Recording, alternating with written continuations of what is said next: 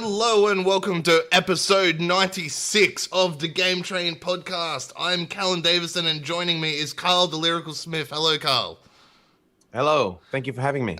Thank you for being here. And that's right, guys. We've come to that stage of the year where it is the 2020 Game of the Year episode. That's right. The big one where we look back at everything from this year, go through a bunch of categories, tell you what we think, what we choose in each category and why. And then we argue against each other as we go along. But yes, we're broadcasting this live on Twitch on the 17th of December 2020, live on Twitch. We're doing this. We've got the chat hanging out with us as well. They're going to drop in their lame, love, and hype trains later on for us. Plus, we're going to have our own lame, love, and hype trains of 2020. But before all that, we're going to go through all the awards. So anything you want to say before we start? No, man, let's do it. Let's jump in.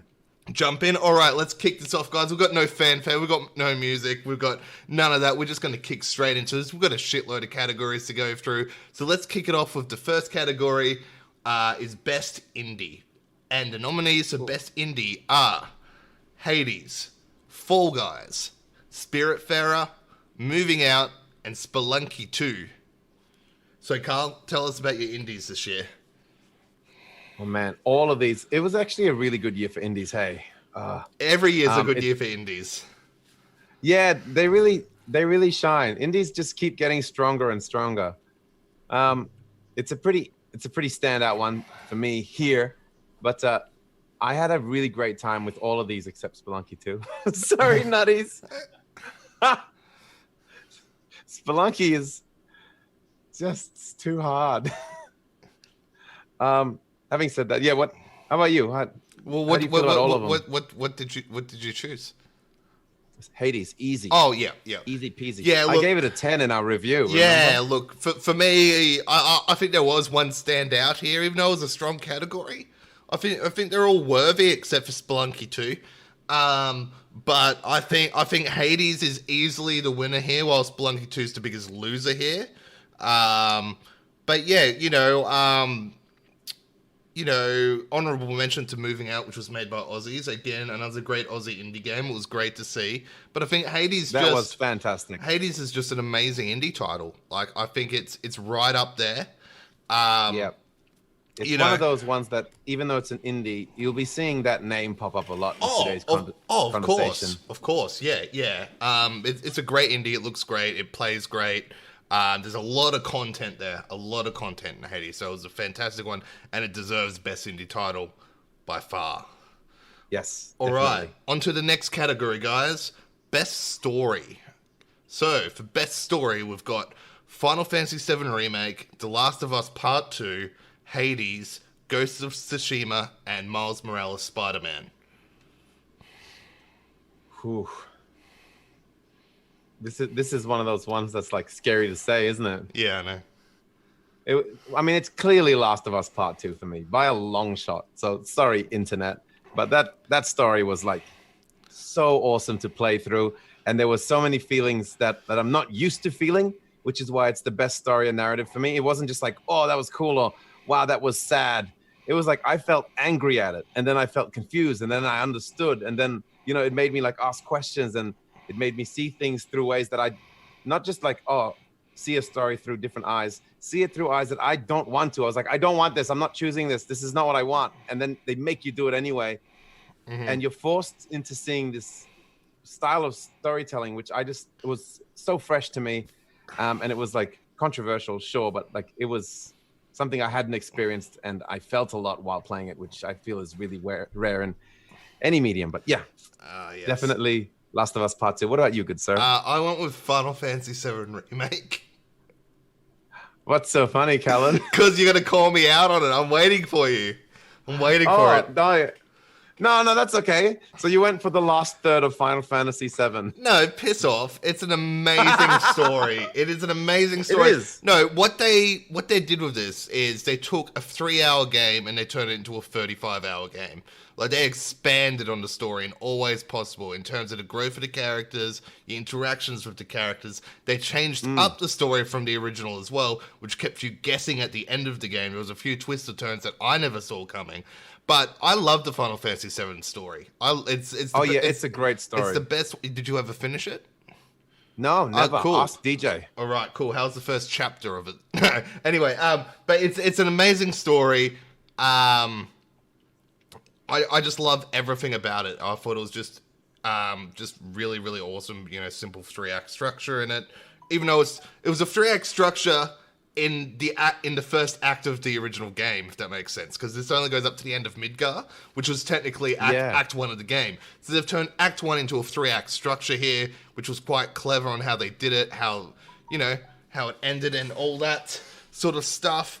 But yeah, it's I thought it was an amazing game, and it definitely deserves best story for me. Nice. Okay. Yeah. That makes sense. Those are some very good points, and I was impressed that they changed stuff up there. You know, like, I didn't think they'd do that. It was already an impressive looking remake. Mm-hmm. But the fact that they went above and beyond and actually changed the story is pretty impressive. Like, it's a bold move, especially with the game with as much sort of fanfare as that one. So that in itself is impressive. Okay, on to the next category, everyone, which is Best RPG. So for Best RPG, we had Final Fantasy VII Remake, Genshin Impact, Yakuza Like a Dragon, Paper Mario and the Origami King, and Dragon Ball Z Kakarot, with an honorable mention to Persona 5 Royale, which we played 2 years ago, or 3 years ago, but we both never played Royale, but we know it would be awesome anyway, but we didn't play it, so it can't go into our list. Yeah, and we loved Persona 5. Like, that was an excellent game. So it's like worth mentioning that is a game that came out this year. Unfortunately, we just can't talk about it personally with the Royal version. That's right. So, Carl, what was your best RPG this year? Final Fantasy VII Remake. Of all 2 chapters you did? Yeah. You want to talk about how many chapters I did in all the games of every category No. I was just wondering. So why was it your best RPG? Because I can do other things. Why was it your best RPG this year, Carl? I can just play some music instead of record podcasts. So I'm doing the best I can. Because it looked beautiful. I never really played much of the first one. I only ever really did the first, like, Midgar section. But I've been sort of living in that world of Final Fantasy as we live, you know, as we grow up, and we see like Advent Children come out, and saw that, and just see, you know, you see all the characters, and when you go to Japan and you visit all the different places, and you see how much impact it has on popular culture. So it was really fascinating to see that grow into culminate into the remake that fans of Final Fantasy VII wanted, which is just that same one. And I haven't played much of that, which is the same amount as I played in the first one. So the amount of times I've seen that bloody starting part with the train, and then you're climbing that tower and you fight the spider. It's iconic as fuck, mate.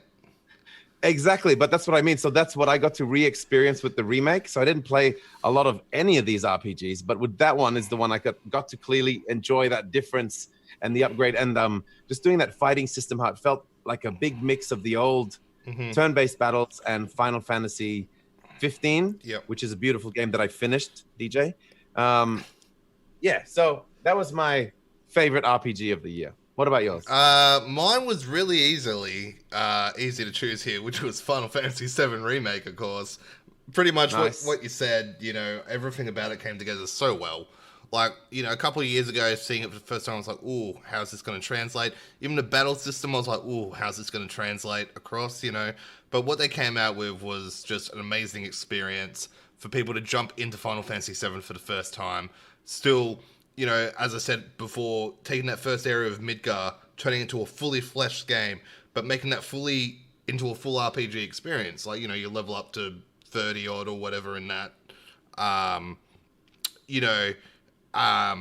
There's all different abilities, summons and all that. Like, these are all, like, you didn't get summons in the original Midgar and all this, so they added all that in. The combat was amazing.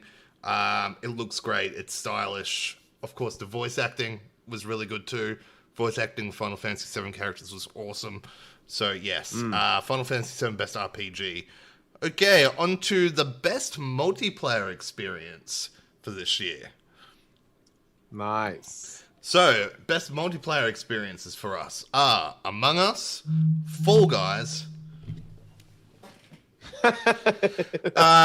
Tony Hawk Pro Skater Remake, Animal Crossing, Tetris Effect Connected, and Ghost of Tsushima Legends. Man, this was a great year for multiplayer, wasn't it? Mm-hmm. Now that Among Us is the one that speaks to me immediately because, that brought our whole community together. Mm-hmm. It's just a tricky one because, we've been all dealing with this world over is the fact that it came out in 2018, but it really came out at 2020 for everybody. Mm-hmm. It's such a weird one because it's not a 2020 game, but no one even looked at it or touched it. Or if you even asked me what it was, in 2019 even, I would have no idea. Yeah. So that's a really tricky one because that is, as best multiplayer experiences go, that is far and beyond the winner in this list. Mm-hmm. But if I had to choose one that actually physically came out this year, I'd personally go with Tony Hawk Pro Skater. Okay. Yep. Fair call. I've gone with Among Us here as well. I think it's multiplayer only, and we've spent 50 to 70 hours just in the multiplayer alone, which is huge. I haven't spent that much in a multiplayer game in a long time. So I went with Among Us with a special shout out to Tony Hawk. That's a very, very close second. Without Among Us, Tony Hawk just absolutely smashes it in. And also Animal Crossing, surprisingly, we had a lot of fun with that. Visiting each other's islands. We set up swap meets and all that, which was so much fun, just swapping items and all that, visiting each other's islands, trading, bring people in when you had cheap, the turnips going for good prices so people could sell the turnips. All that was so much fun. There was so Animal much Crossing fun. was a different experience in multiplayer. It was really beautiful in a different way. It wasn't fast or tense. Or I went to multiple legit dates with my girlfriend in Animal Crossing and spent hours together, walking around and doing chores. You were so late to Animal Crossing. We'd already dropped our 200 hours in and moved on. And then we see a screenshot one day. Oh, hey guys, I'm doing Animal Crossing. We're like, we're done, dude. Have you met me? Which game am I not late on? I don't know. I'm looking forward to you saying Final Fantasy VII Remake's your most favorite RPG ever next year. All right. Nice. It's so nice being here. Thank you. I know. On to best graphics. Okay.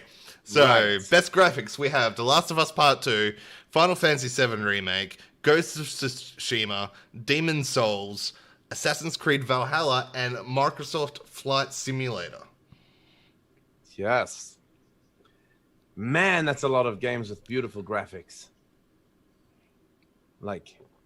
All of these games are stunning in different ways. Mm-hmm. But for me, far and beyond, it was Microsoft Flight Simulator. I haven't seen a game that beautiful and realistic in just graphics wise, as just photoreal and gorgeous. That game was just stunning. The aircrafts themselves and just the skybox and the lighting and the weather effects. And just seeing all different parts of the world in different situations and changing the weather on the fly to see what that city would look like or that country would look like. And it was stunning. I definitely think this year, but for many years, that this is Microsoft Flight Simulator was definitely one of the best graphics I've seen. I went with the Last of Us Part 2 here. Nice, good choice. I thought the graphics in that were just incredible. The character designs, just how real everything looked. Well, I know you're talking about flight sim, but it's landscapes. And a plane. Where's the human emotion, the faces, Carl? The hard graphics to do. Nah, but I'll leave you alone. No, look, everything from just everything was just so detailed in The Last of Us Part 2. Even down to the grass.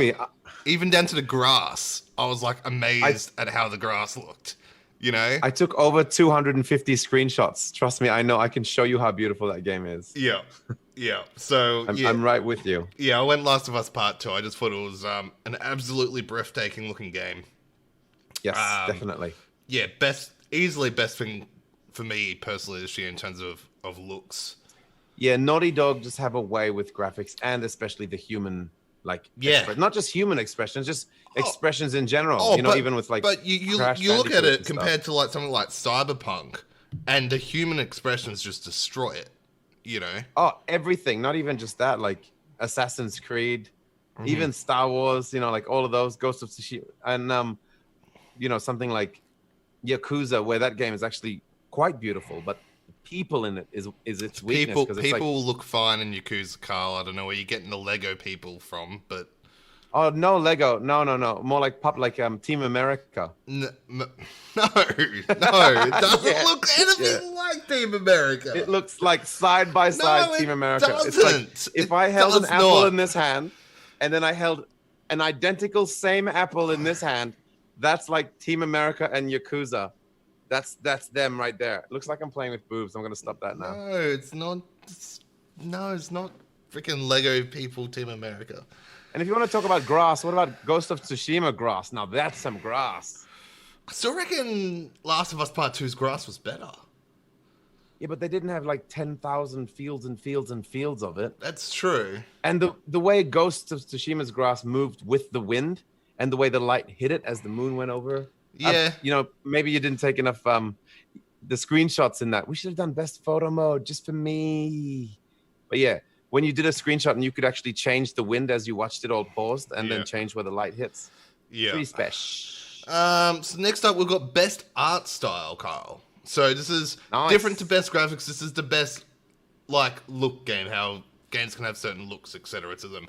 So best art style, we've got Hades, Ori and the Will of the Wisps, The Pathless, and Spiritfarer. All gorgeous. This is a really tricky one to judge because art style is, all of this is very strongly opinion based, but art especially is just like comes to taste, and anyone could think any of these is the best for so many reasons. So personally, I'd have so much to say about all of them, all stunning, but I personally went with Hades. Just because I really love what they did with that world, that Greek mythology world, and how they changed kind of what the characters look like, and how you kind of still live in a house, like you're a teenager, but you're in this like big, sort of like extravagant version of living in a home with your family. And Hades, your dad works at a desk. And all the characters that pop up when you see them all have these beautiful designs. Now they're not animated or anything like that. They're just kind of like, still images, but it's all gorgeous, and they change just like any visual novel. They kind of change expression and whatnot, but just like everything, the monsters. Yeah, I think the art style in Hades was really gorgeous. It had like a really rich color palette. Hades for me. Fair enough. I went with Ori and the Will of the Wisps. Yeah, nice. I love the Ori art style. I loved it in the first one. I loved it in this one. The forest, etc. It just looks so amazing. The creatures, like the big frog creature, and that looks all amazing. Ori himself looks incredible. It's just such a pretty world. It's got a really cool look and art style to it. I had to go Ori here. I just think it looks absolutely incredible. And have you got to play the Series S enhanced version of it? Not yet. The one that goes at 120 frames.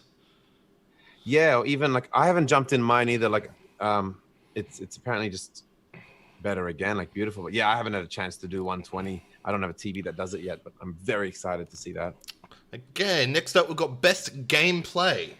That's right, best gameplay. Next up is best gameplay.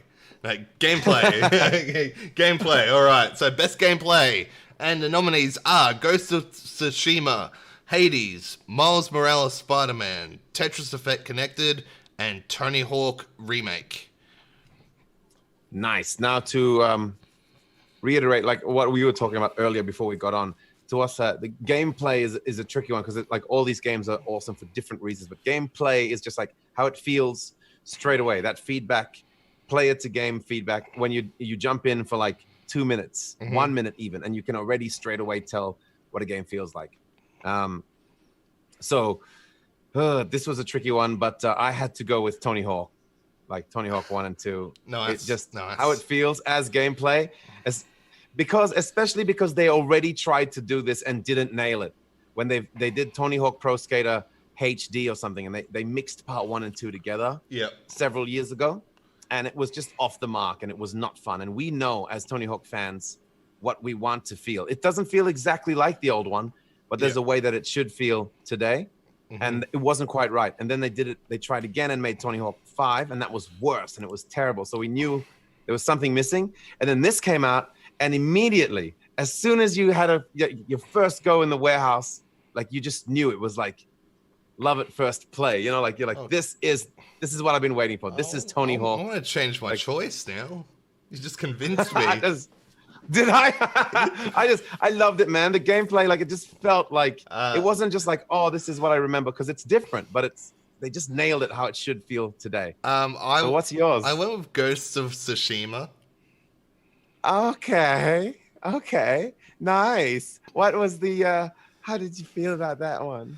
No, really good. So the combat felt great. I loved the stance style of playing it. I thought they did it really well. Now, I've seen stance dancing in other games like Neo, which I still don't... Hey, do a kickflip! Alistair, thank you so much for the subscription there, buddy. Sorry about that, folks listening at home later on. I thought I had all those turned off, but they weren't, and it just came through my headphones. But thank you so much for that, Alistair AU, for the subscription. All right. Yeah, the stance dancing combat was great. Like, Neo had it as well, but I didn't understand how it worked. Other games have tried it as well.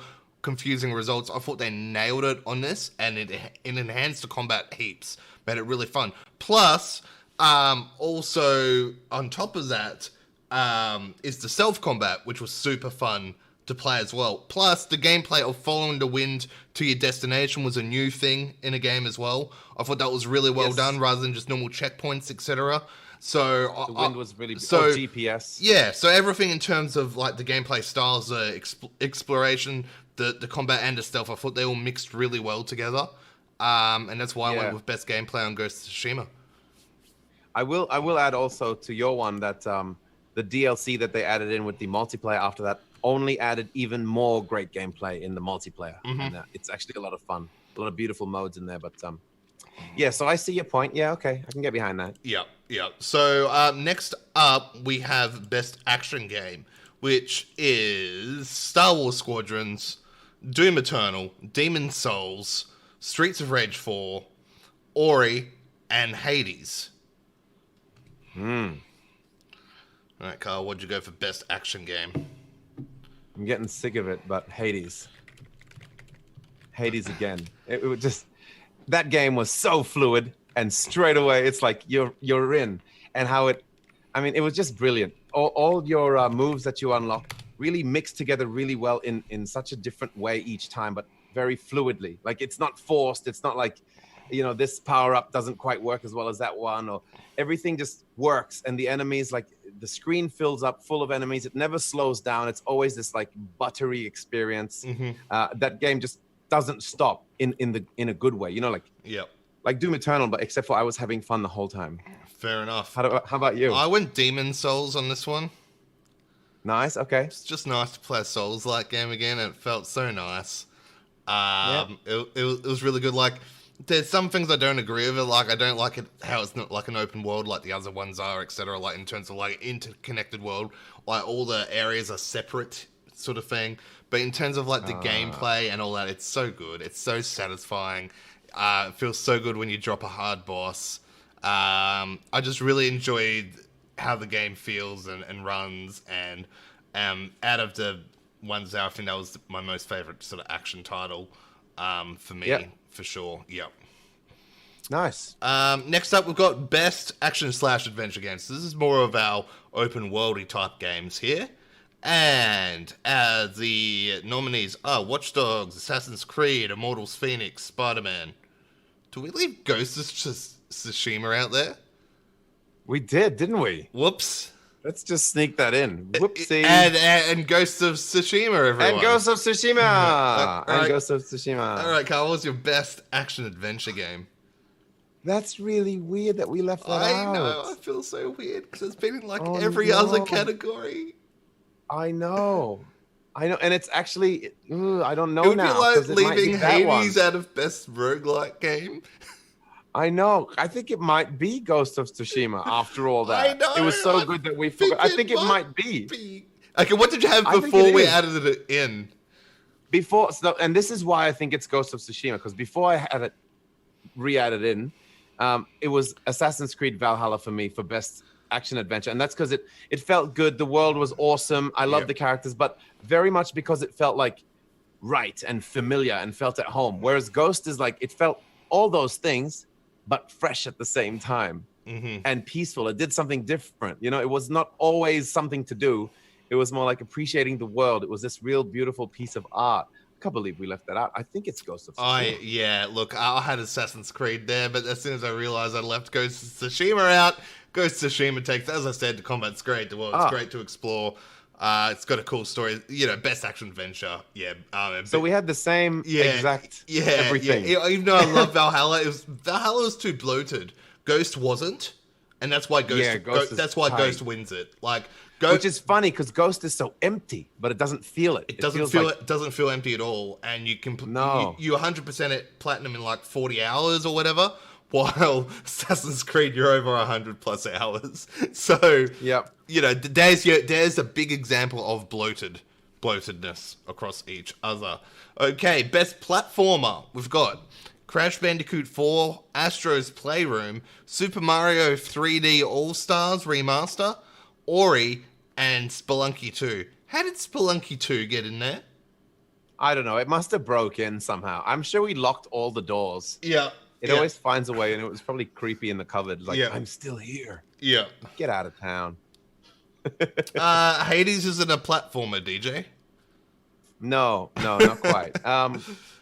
You go first this time. What did you pick? I went with Ori. I think it's an amazing platformer. I loved the original Ori. I loved the second Ori as well, even though it didn't really change too much, etc. But it still feels like such a great game. It runs so smooth. It's so satisfying. And it's one of those quick restarts when you die, you pop back there, etc. You know what I mean. It just feels so damn good. It's such a great platformer. Everything about it just feels so nice and precise, etc. So I went with Ori. What did you go with? Ori's beautiful. I'm pretty sure you know what mine is, but I went with Crash Bandicoot 4. Yes. I fell head over heels in love with that for almost all the same reasons as Tony Hawk, because that one's a funny one. It's a brand new game, but it feels like they nailed a remake. Yeah. You know, but it isn't. It's all new. It's a continuation, but it's like in the vein of the first 3 Crash Bandicoot games. They're not trying anything weird and different. They just like did that and did it beautifully in the way of doing like unlocks and replaying through levels. And I had so much fun playing through like a 5-minute level for like 4 hours because you have to find everything, and then you do the speed run, and then you play it slightly differently, and then like you find just the special gems, or you do a no box run, and all these special little unlocks, and just how it feels again. They really nailed that, and I had so much fun as a platformer. It was perfect. Yep, nice. Next up, we've got best soundtrack. So, best soundtrack goes. The nominations are Final Fantasy VII Remake, Doom Eternal, Tony Hawk Pro Skater, Miles Morales Spider-Man, Tetris Effect, Ori and the Will of the Wisps. Oh man, this one's a tricky one. This one's really hard. Wow. Yes. These are all awesome. But I think I have to go with Ori and the Will of the Wisps for this one, for best soundtrack. Again, they are all so awesome. And I love Tetris Effect, but, I think I might have even given that best soundtrack last year. And it hasn't really changed. It's still amazing. And it's the way that the music works in that game is incredible, that you can like control it with your movements. Doom was excellent. Miles Morales, just brilliant as well with that hip-hop flavor and everything. And Tony Hawk is legendary. But none of them made me like feel the way that Ori and the Will of the Wisp did, as well as how the first Ori did. Like, that soundtrack is just something else. That is like cinematic beauty. What did you go with? I'd like to first up give shout-outs to the Tony Hawk soundtrack. They added 40 new songs into that game, or 30 to 40 new songs. And you know what? Every one of those songs felt like they belonged. Yes, which is pretty absolutely. friggin' incredible for them to pull that off. Yeah, But the 20-year-old yeah, soundtrack was yeah, it? and those new songs just sit in there seamlessly. Sometimes I have to check, was this on the originals? Yeah, I did that too because I didn't play part one as much. So I'm like, is this a part one song? I'm like, Yeah, oh shit, this is yeah. I'm like, this it's only been, came it's out been last a long year. time since I played part one. Yeah, exactly. I know the part two one, so I'm like, oh yeah, it's not a part two song. But yeah, like you said, you just keep playing like, oh, yeah, it must be part one. Yeah, Tony Hawk, let's go. yeah, yeah. But no, I gave this one to Final Fantasy VII Remake.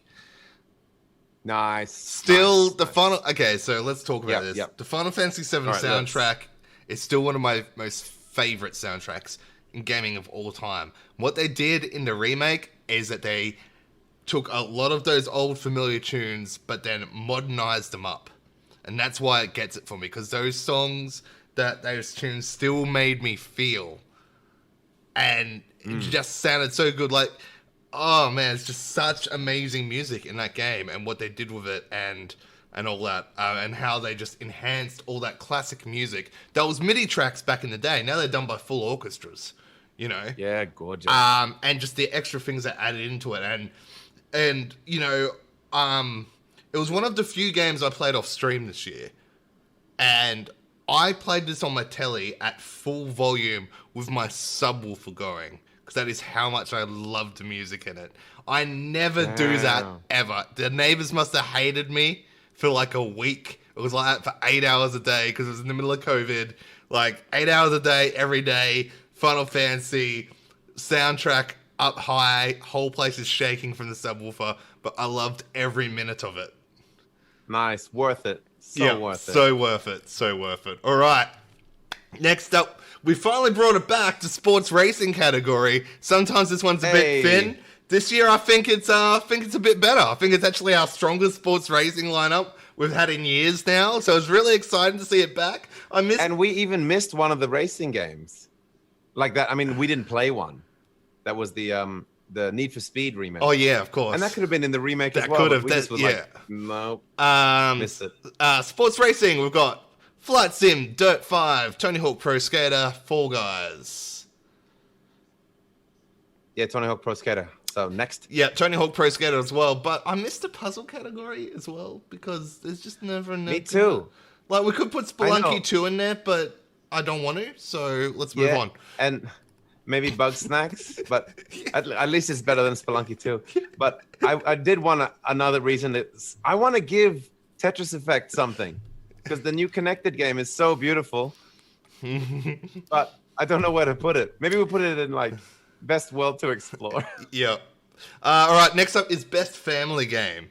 So for Best Family Games, this means like an all ages game category. Carl thought it was games you play with everyone in your family. I was like, no, it means all ages. He's like, no, that's an all ages game. A family game is something you sit down with everyone and play. And I'm like, dude, Animal Crossing. Or what was the other one? Bug Snacks. And he's like, no, and Paper Mario. He's like, no, those are single player games. Like, it's the best family game. Because I had an all ages section. I thought family games were more like Mario Kart. We had a Mario big discussion on this today. And snipper clips. Things that you could play with your family that wasn't like Mortal Kombat. Yeah. All right.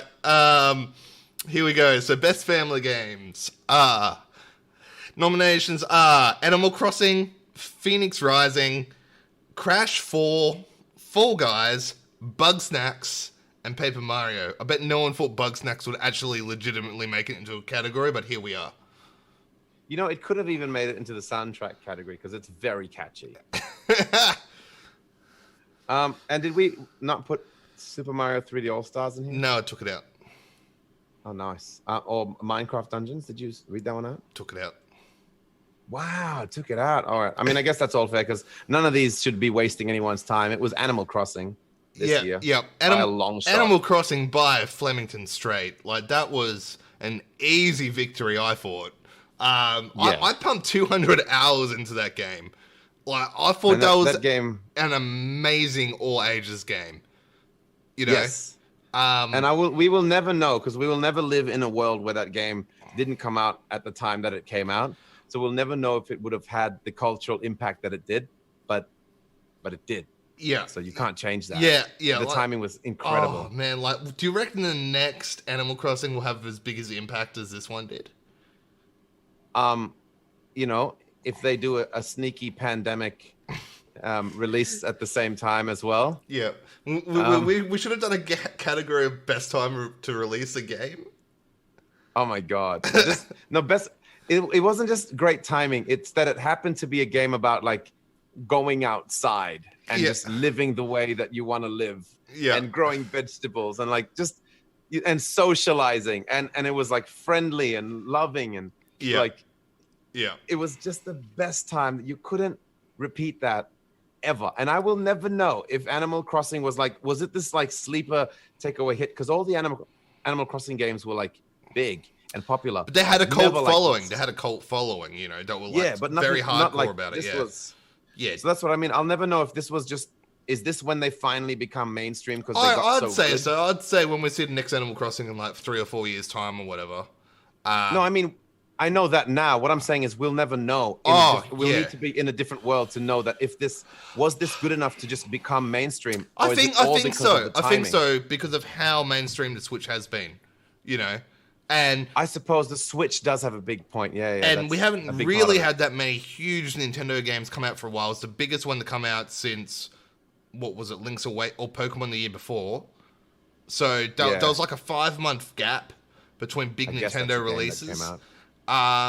That's true. And they heavily marketed it too. Because remember, I don't think I'd ever seen really any marketing of the older Animal Crossing games, but they put a lot of marketing into this. All their directs had stuff, you know. As you are right, we'll never know. But wow, what a perfect time for a release at the beginning of a pandemic. We'll never know, but be that as it may, it did happen. Yeah. And that game got the most of it. And like kudos to them for making something good out of a bad situation. Like Nintendo's gift to the world. It's like, shit, we're all in lockdown, pandemic. Nintendo go, here's Animal Crossing. Everyone just here's goes, a way to hang with your friends. Wow, thanks Nintendo. It actually started a Switch shortage again. Yeah, it did. Which was insane. Like, we talk about the shortages of the PS5 and Series X, but there's only been a certain amount of those made. Switch has been in production for years now, yet we got another Switch shortage because of Animal Crossing. Everyone, man, like boys, girls, young, old, everyone was playing Animal Crossing. Oh my gosh. Oh, wow. All right, let's keep moving. All right, so next one is the best world to explore. And the nominations to best world to explore are Ghost of Tsushima, Assassin's Creed Valhalla, Final Fantasy VII Remake, Watchdogs Legion, Flight Sim, Immortal Phoenix Rises? Phoenix Rising. Yes, Genshin Impact. All right, Carl, what was your best world to explore? Mine was, again, Microsoft Flight Simulator, easy. I did a literal tour in that to all the islands that I grew up in, Solomon Islands and Vanuatu, and we went over to Savo and like all these places with us. And for the first time ever, since I've ever done this, my dad was actively watching my stream. I'm not as lucky as you to have my dad watching the stream as often, but this is the one and only time ever that he jumped in. And he was so excited. And my brothers were there. And even my mum was watching it, some of them, because they were watching like these places in the Solomon Islands, which will never turn up in games. Just they will not. But there they were. And next minute, Assassin's Creed, Solomon Islands. Solomon Islands. Yeah. Wow, with spears. It'd be great. But yeah, and it was just so beautiful and so like wholesome and genuine to just go there. And like, you know, not just that, but I can go and see beautiful places that I've never been to and go to like Mount Everest and what like this. There's nothing quite like going to these places that are there that you've just never been to and see them in the light and the beautiful like way that you can do it. And it's hard to explain to people who haven't jumped in why it's not just Google Earth, you know, like which it can feel like to a lot of people when you're actually flying a plane and it matters how it moves in the weather and you're there exploring it. Like every moment is just something really special. So yeah, Microsoft Flight Simulator for me. Nice. Mine was Watchdogs Legion. And I went with Watchdogs Legion because of my connection to London. Yeah. I was so excited playing that game for the first time and exploring London. And I mean and I spoke about this in the review, down to the fact that I could guess or predict what was coming up and go, I know it's going to be down this road. It's going to be this and this and this. We drive down the street. So there it is. Okay, of course, it was a condensed London from the real thing, and they've taken some things out. But the general layout was there. I felt like I was back in London, and I knew my way around this game already.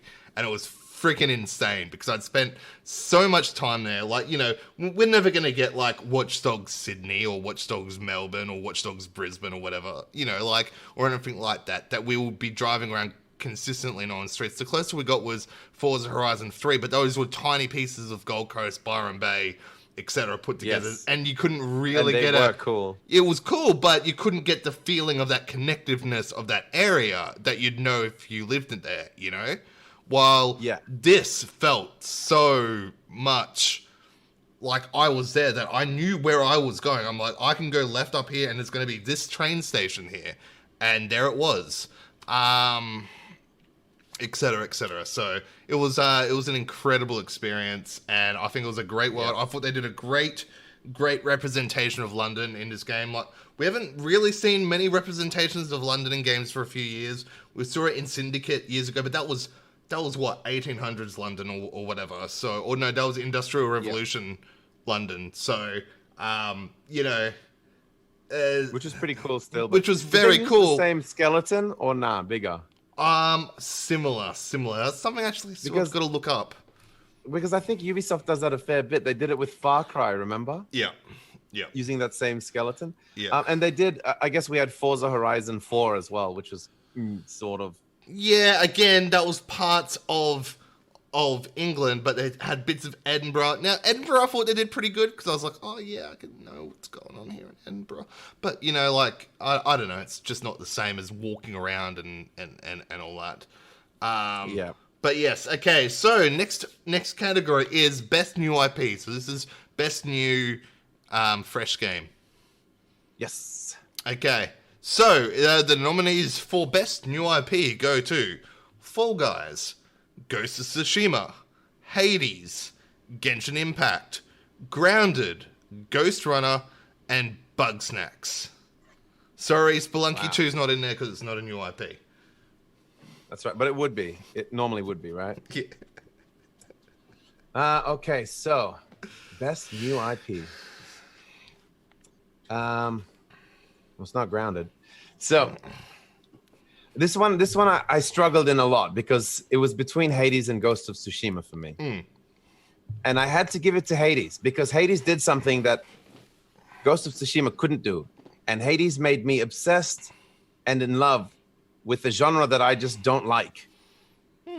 And Ghost of Tsushima is like an open world, beautiful photo mode samurai game. Like, I love that going in. I'm like, oh, this is going to be awesome. Hades, I went in and I was like, I guess I might as well try this. Yeah. But it's a roguelike and I'm not a fan. We'll see what happens. And it just like stole me away. It just like took my heart straight away. I was totally in love with that. So it came out of nowhere. I didn't, have to give hats off to Hades. I went with Ghost of Tsushima. Now, again, Nice. Sony has knocked us out of the park again. So they've had Uncharted, God of War, Horizon, Last of Us. They've had Spider-Man. They've had all these big IPs. And we saw Ghost of Tsushima. And we're like, that looks cool, but is it going to be any good? And oh boy, was it freaking excellent. Like, I thought it was great. Again, that goes straight up there with your Uncharted's and all that. It goes into that category. When we eventually see Ghost of Tsushima 2, people be hype instantly now. Instant hype because of how good this game was. So, I'm going for that. It was strong second mention to Hades. That's a cool new IP, but I just thought what Ghost did, being able to elevate itself up next to those big Sony IPs that we all know and love. After one iteration, because God of War had been around for years, but it wasn't until the new one that it got elevated up to that level. You know? Yeah. If that makes sense. Yeah, absolutely. The third one, but that's it. Yeah, even then, would you put it in the same sentence as Last of Us Part 1? You wouldn't. No, you wouldn't. But you could easily put it into Thingy-me-bob. Hey, we can boost the stream. Oh my god, it's up again? I've never even seen it This once. must be your one. No, it's definitely not. Oh gosh, just Twitch things, folks. All right, on to probably the strongest category next, apart from Game of the Year. We were talking about this before, Carl and I off stream. Probably the strongest category we've had in a while. Wait for it, Best Remake. And the nominees for Best Remake are Resident Evil 3, Tony Hawk Pro Skater, Final Fantasy VII, Demon Souls, and Mafia. Nice. That's Wow. a really good What list. a friggin' juggernaut of titles in Best Remake. Like, really, Yeah. you could almost throw them into Game of the Year contention. Yeah. Yeah. Yeah, you could. What was the best remake for you, Carl? Without a doubt, no thinking music. Tony Hawk Pro Skater 1 and 2 is easily the best remake remaster. That game, when that game came out, much like Final Fantasy 7, but Tony Hawk 1 and 2 had this thing where it wasn't just the game, it was the youth. It was everyone. All of us were playing Tony Hawk for just so many years, and it changed, like, not just in gamer community, but in like youth in general, like fashion and music and style, and everyone started skateboarding. Everyone was dressing a little bit different and started looking up things, and it made you like learn about these people in this sport that you didn't even care about. I knew all these names in the sport that I'd never even invested any time in, and like the cultural shift that happened when Tony Hawk 1 and 2 came out was just phenomenal. So to think that they could even come close to remaking and catching that magic again was just such a long shot, and the fact that they did it blew me away. So it was very close with that and Final Fantasy VII, but I just have to say, because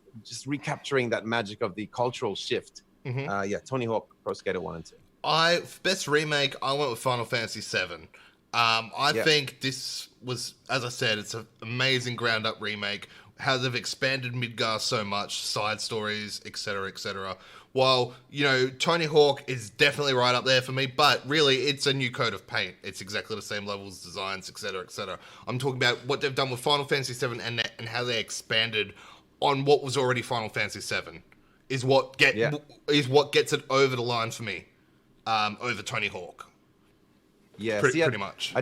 There's just an art to what they did, because like a new coat of paint was that other Tony Hawk, and it just wasn't right, And this one, it doesn't feel like the originals, because I played the originals back to back when it came out. I thought, oh, did they just, redo it? And the old ones feel quite shitty to play now. Yeah. So they had to change so much to make it feel like what you remember. It was that weird thing of like recreating nostalgia, but making it feel like what you think it is. And there's just this mental thing they did that just brought me back to that time. So which I'm sure Final Fantasy VII Remake would have done as well. So yeah, it was just I don't think there's any wrong answers in this one. No, there isn't, except for Mafia. And Spelunky too. So the next one is best character. We normally called it coolest character, but that was a joke from last year where it was like Dante V and the other dude. I've forgotten his name. And we had a Kratos year with Bayek and stuff as well. Yeah. So last year was a lot of dude bros. Yeah, so we've gone with best character this time because we've actually got a really broad range of characters in this category this year, rather than everyone from Devil May Cry 5, which was last year's one. And the girl. Yeah. Best character, we've got Cloud from Final Fantasy VII, Eivor from Assassin's Creed Valhalla, Tom Nook from Animal Crossing, Jin Sakai from Ghost of Tsushima, and Miles Morales from Spider-Man Miles Morales. So, Carl, who was your best character this year? This year, to me, it's quite close between Miles and Jin, but I had to go with Jin. Similar reasons to why I went with Bayek like 2 years ago. Is just he as a character was just so badass, but his there's something pure, and his moral compass was really awesome to experience, and how he just like, you could make some decisions, but mostly it was pre-written that Jin was a person that stood by honor, and there was so much honor in this, and that is just already to me such a cool trait, especially when it's so like so culturally evident, like it's such a big part of what makes them samurai. So, and he was like the symbol of that honor, and seeing him juggle with the having to be stealthy and what that meant. We've never really experienced in a game where you feel guilty when you first kill someone without them seeing. Yeah. And just the way he helps people, and he helps that thief that helped him, and he's a man about family, and he's a man about like temples, and he's a real empath, like he feels for other people and he puts himself in that situation straight away, no questions asked. Just Jin was just so badass and so cool and a good fella. Nice. I went with Tom Nook. I'm gonna get a lot of hate for this. Yeah, we won't get hate. Oh yeah, so I can already see hate in chat coming. Tom Nook gets it. The capitalist raccoon that starts an island paradise and charges you for everything while pretending to be your friend the entire time. He's the biggest asshole of the year, but still the best character in the way that he comes across at the same time. So he's definitely not Jin. Isabel is up there as well. Spooky Peach, we love Isabel here as well. Tom Nook gets it just because you're with Tom for more of the game than Isabel. I quit. Oh my god. But yes, so yeah, folks. Tom Nook gets it. She's literally a bell. She is, but Tom Nook deals the bells out.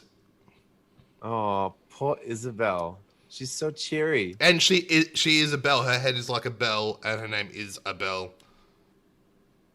She is a bell. You won't be able to sleep. You'll start thinking of that. Someone showed me that for the first time. I went to bed that night. I went, oh my god. Well, no wonder Tom Nook likes her so much. Oh my god. So yes. Next up, we've got best boss fight. So, the nominees for best boss... Did you fight any bosses in games this year, Carl? Yeah, Rat King. Okay, all right. Best boss fight. I fought 2 bosses in Hades. True. Best boss fight. Rufus, Final Fantasy VII Remake. Rat King, The Last of Us Part 2.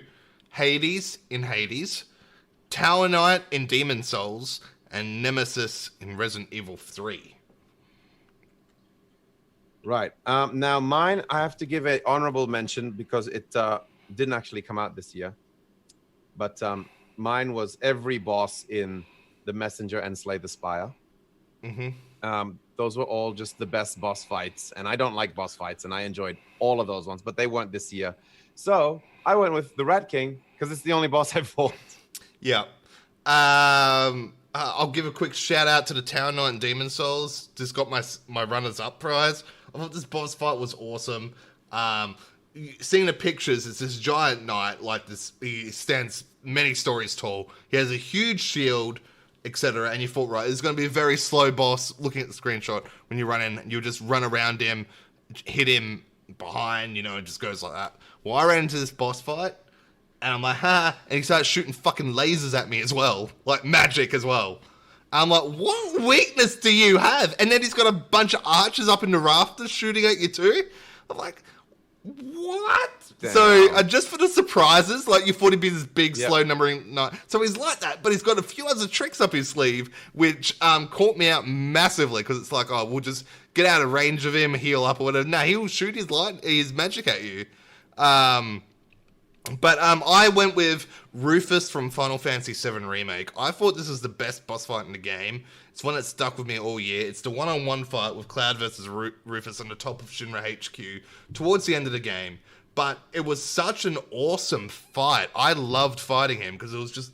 Because everything else in the game had been like party fights and you got to switch around and all this. This is just like a pure one-on-one Cloud versus Rufus. And it just felt so damn good. And the music was hype at the time. There was some awesome story moments going on just before that. Everything about it was just so hype. It just felt like such an intense battle. And I absolutely love this battle. That's why it gets my best boss fight of the year. Nice. I was actually a bit disappointed in Nemesis in Resident Evil 3. I thought he'd be more of a badass than he was.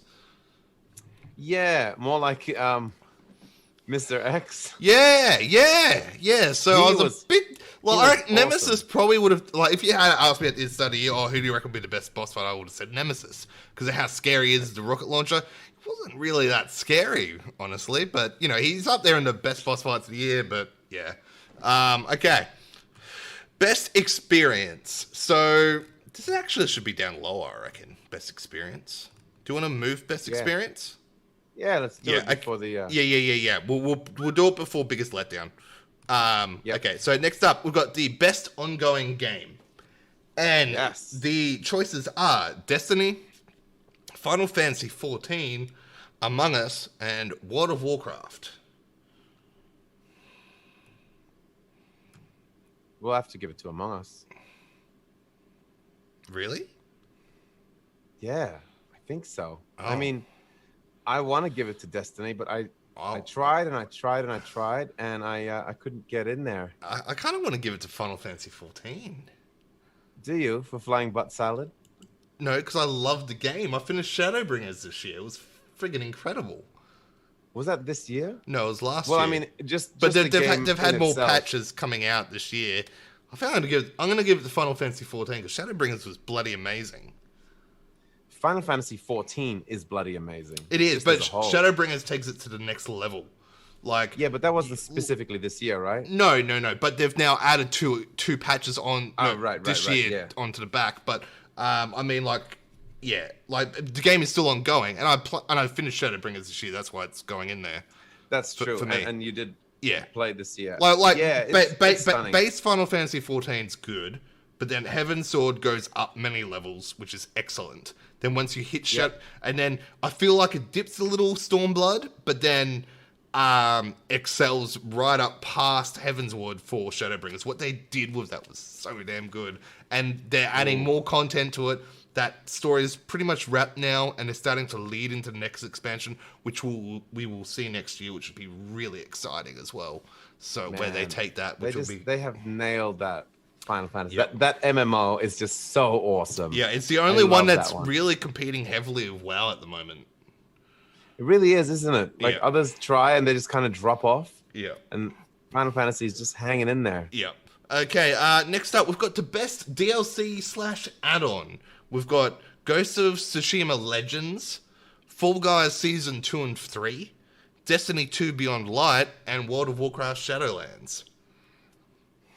Nice. Well, this is an easy Legends for me, Ghost of Tsushima Legends. That game, that DLC, which was, the whole DLC was adding multiplayer to this game. And it was just the way they did it. They dropped it as a surprise. Mm-hmm. They never even hinted at the fact that Ghost of Tsushima might have multiplayer.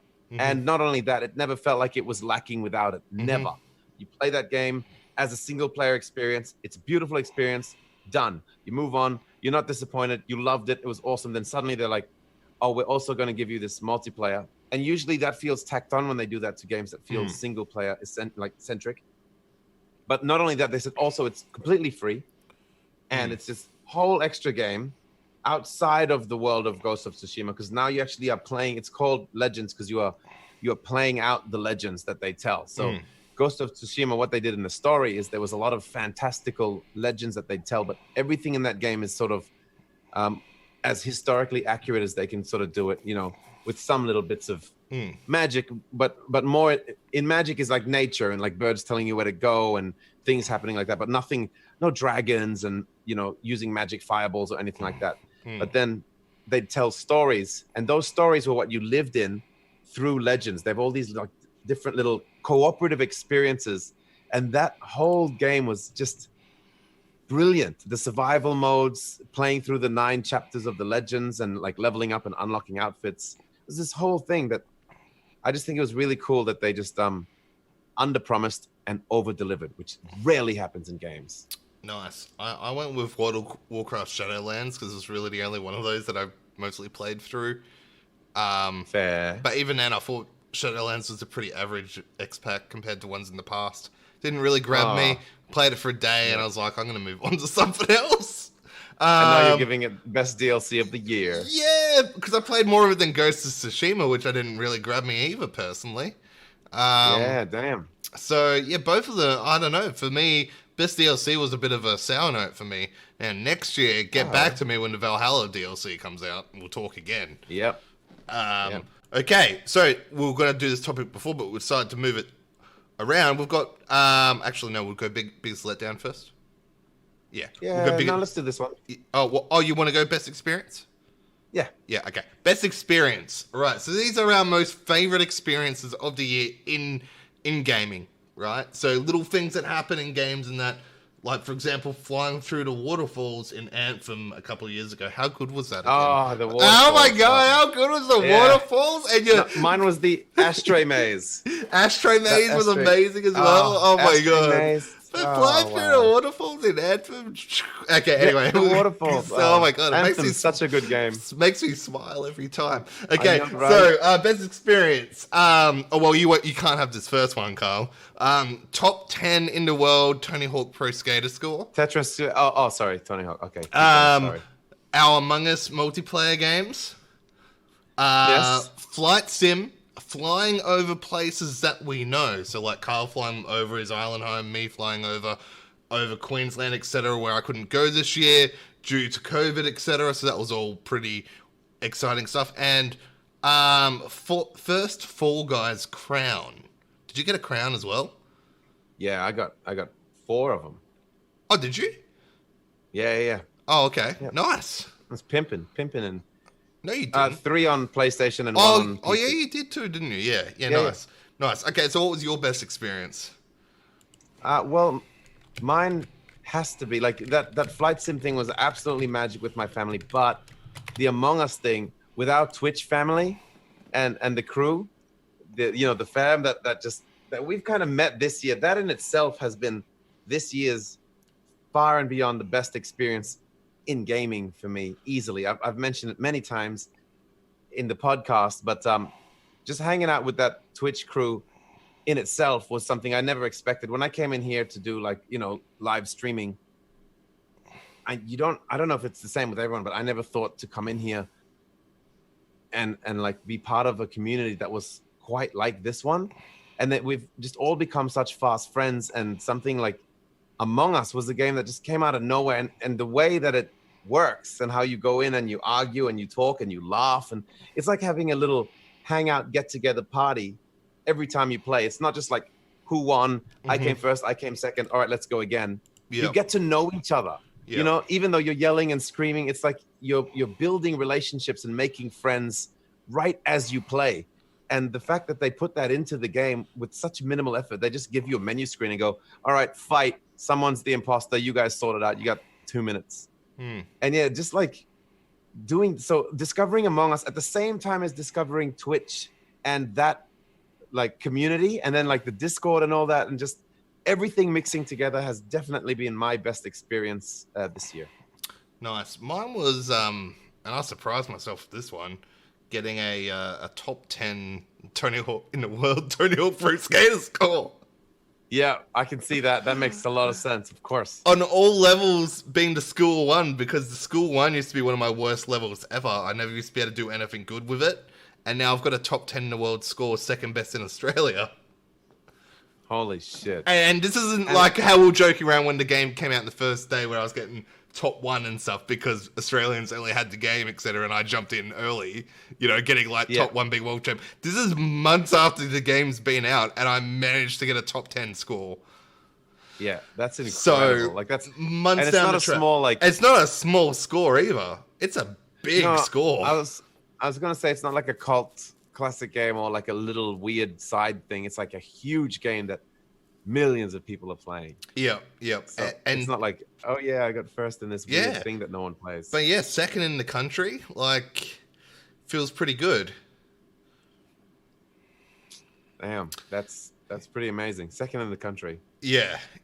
For a level that I wasn't, overly great at, now that I've pushed myself to get that sort of scoring on it, I'm just like, wow, it feels really, really nice. So yeah, I'm really happy with that, especially the months online. I remember posting as a joke in forums, like, I'm number 1 in Tony Hawk, and people giving me shit for the scores I had.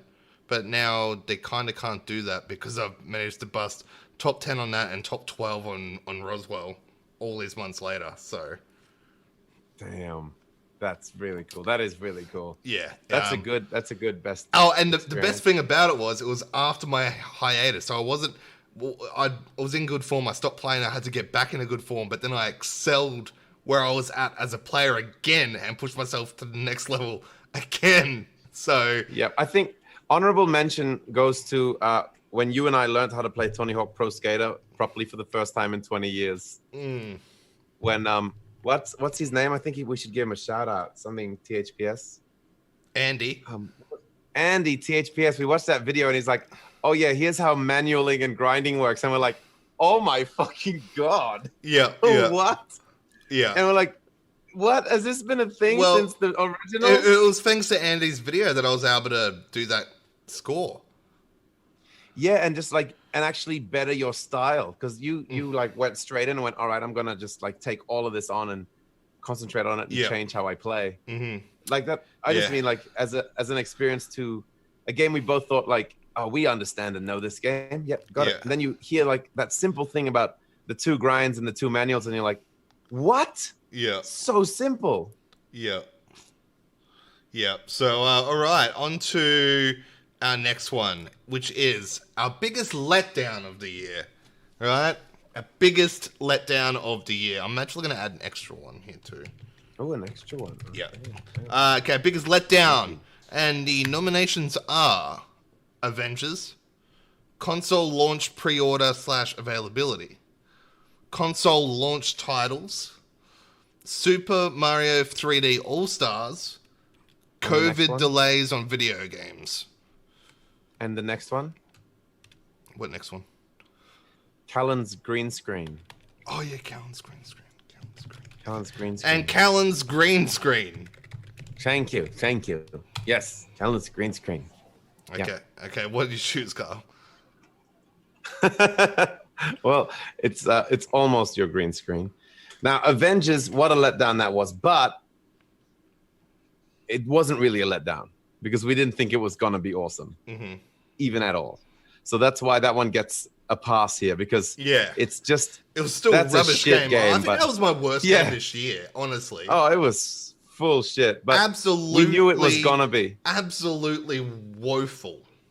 Yeah, right? That was the Metal Gear Survive of 2020. Oh, mate, like, that game is absolutely shithouse. It really is. Like, I love the Avengers. Yeah. I've watched all those movies. I love the characters, love the villains. I could hardly play this game. I forced myself to play this game for 10 hours, and I still hated it. I couldn't handle it. Yeah. And now, this is coming from someone who played 40 hours of Fallout 76 on release. I can push myself through shit, but my God, that was hard to play. Damn.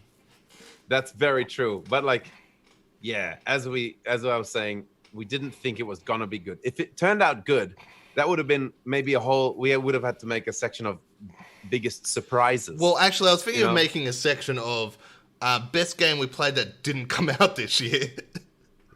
Oh, yeah, 'cause we need Slay the Spire, we need the Messenger. Yeah, Slay the Spire would have smashed it for me. Oh my God. I don't know. Yeah, and I think Messenger would have done it for me. But anyway, that's a good mention. So what was your biggest letdown? Sorry. These were all pretty big letdowns. See, the console, they all have their little extra, like, console pre-order availability thing was pretty shit, but we got all our consoles, so we're very lucky.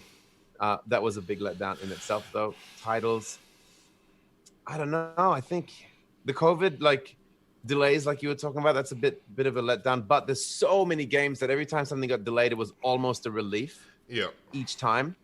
So normally I'd be so frustrated, but when something got pushed back, I was like, oh, thank God, I've got like 6 games I'm playing right now.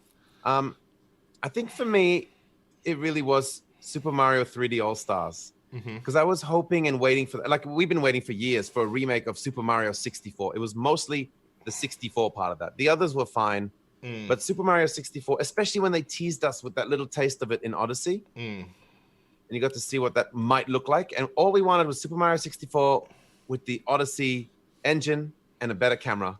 I say all we wanted, but I'm not a game developer. That's probably like such a huge task, you know? Yeah. That game was like a 10 out of 10 perfect game for years and many people's favorite game, but they just re-released it. The camera still sucks. It's not even widescreen. They made it a bit sharper and they went, there you go. That'll be, you know, $60, thanks. Oh, and you can only get it till March. Like, what? I don't know. That sucked. I'm not impressed. And I'm very easy to impress with like nostalgia and you know, Nintendo stuff. as Yeah. you can tell with all this. But yeah, that was it for me. Are you still with us, Callan? I missed you. I am. I'm still here. I was listening to you talk about Mario. Thank you, Callan. Yeah, I don't know why you put Callan's green screen in there. I thought that was quite mean. So mine... Look at the thing. Just move it. Leave it alone. So mine was the pre-order debacle around the launch consoles. I thought... Actually, it was the whole lead up to it. The price chicken war... Oh, we should have put Price Chicken in here. Price Chicken was horrific. Price Chicken was disgusting. That was worse. And how they kept leaking little bits of info out, but never giving us a date. And we're sitting here all year, guys, going, just give us a fucking date. Give us a date. You know? So whole build up to the launch, and then the pre-orders. We were lucky that we got the PlayStations and you got the Series X. But Yes. my gosh, that whole build up was just a mess. Everything from Price Chicken into the release date speculation, into the pre-order debacle of them going, oh, it'll be on next week pre-orders, and then suddenly no, it's on that day, and then sites crashing. The whole thing was just an absolute joke. So, yeah, that's mine. Biggest letdown. It was just how both companies handled the new launch. It was pretty bad on both sides. No one lost more than the other one, but they both were losers in my eyes. In terms of just how it was handled, you know? Yeah. I'm surprised we didn't put Price Chicken in here. That sucks. Price Chicken was so annoying. What was it? Late September? Was it late September we found out? Something like that. It was like ridiculous. And then that was like the bane of every gaming outlet, like news outlet, podcast, content creator. Everyone was so not just us, but our listeners, because everyone, all they were listening to was us speculate week after week. I bet you it's this much. What if it's that much? Maybe it's this much. And then you can only, and they would drip feed you information, and then you talk about one thing, like 3D audio all day, or like it was, that's all. All right, guys, we're about to roll into the big one. That's right. We're going to talk about the game of the year, which we thought would be the biggest game of the year, which we thought was our most favorite game of the year. So, my God, the nominations for Game of the Year are Tony Hawk Pro Skater, roll clip. We don't have any clips to roll with, sorry. The Last of Us Part 2. I'll kill them all. Final Fantasy VII Remake. Cloud jumping off the train. Oh, no. Yeah, we should use that noise for our game train noise this episode. Hades. Yep. Slice magic. Flight Simulator. Is that a bear? No, that's a plane. Oh, sorry. Animal Crossing. Give me all your bells. And is that a cop? That was Tom Nook. And Assassin's Creed. Everybody give me your bells. Assassin's Creed Valhalla. Clink, clink, clink. Vikings for Valhalla. Vikings. Oh, nice. Thank you. I thought that was great sound effects. I think everyone's going to love that at home. Oh, shit. I left one off. Spelunky 2. Spelunky 2.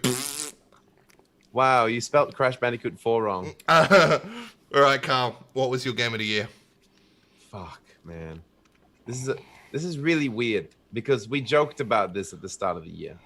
And it was just kind of like tongue-in-cheek. And I was like, that's funny, haha. But, there'll be a real one later. But my game of the year is definitely Tony Hawk Pro Skater 1 and 2. Wow. Yeah. I had so much fun in that game. And it just, what they did for that was so beautiful. And it's so weird giving it to a remake. And I want to, reiterate that, as a lot of people in the chat know, and as you know, I didn't finish a lot of these games. So I haven't finished Assassin's Creed Valhalla or Final Fantasy or Hades. And then, so I don't have as much I can. So those possibly could have been. I have a very strong feeling that Assassin's Creed Valhalla could do that, but very much like Assassin's Creed Odyssey, that game became one of the strongest games of the year that I finished it in. And it took me 260 hours. And so I played it over like years, really slowly on and off, which is what probably will happen with Valhalla. So sadly, it misses out because of that. But Tony Hawk, it took me back in a way that a remake doesn't normally do for me. And not just back, but it took me like right here. I had fun right now with like new players and jumping on and like hanging out with you in there, staying up late and playing it at home and unlocking stuff. And it felt so awesome. Yeah, I really love Tony Hawk Pro Skater, and I'm so happy it exists always now that we live in a world where that is here to play. I've done a lot of hunting for the originals and the PS1 just so I can play the old ones. That's how badly I love those games. So, yes. Yeah, I forgot to put Ghost of Tsushima on the list. Hades will do that, says C. Smitty. Honorable mention to Ghost of Tsushima, which I forgot to put on the list because it definitely deserves. Ghost of Tsushima keeps getting left out. It deserves to be in the conversation. It deserves to be in the conversation, so we'll add that in. But it's actually not my game of the year. Ghost of Game Train. Yeah. So my game of the year, is it Final Fantasy VII Remake?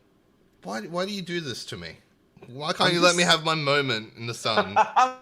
I'm just guessing. So all your moments are in the sun. You're beautiful. So, you know, people will be like, wow, Tony Hawk should be your game of the year, Callan, because you're an ex-world champion of the game and you're currently top 10 in the world and second in Australia. I know all this, but I'll tell you what, as a title wins, which is the Final Fantasy VII Remake. That's my game of the year. It wins because they are both remakes, but as I mentioned earlier, what they did with the world and what they expanded on the original world and the lore of the game, and then changed things up at the end. The battle system was amazing. The voice acting was fantastic. It looked great. It played great. The music was incredible. And it only just beats Tony Hawk, just because Tony Hawk's taken a lot of my time this year. I love that game. The absolute bits.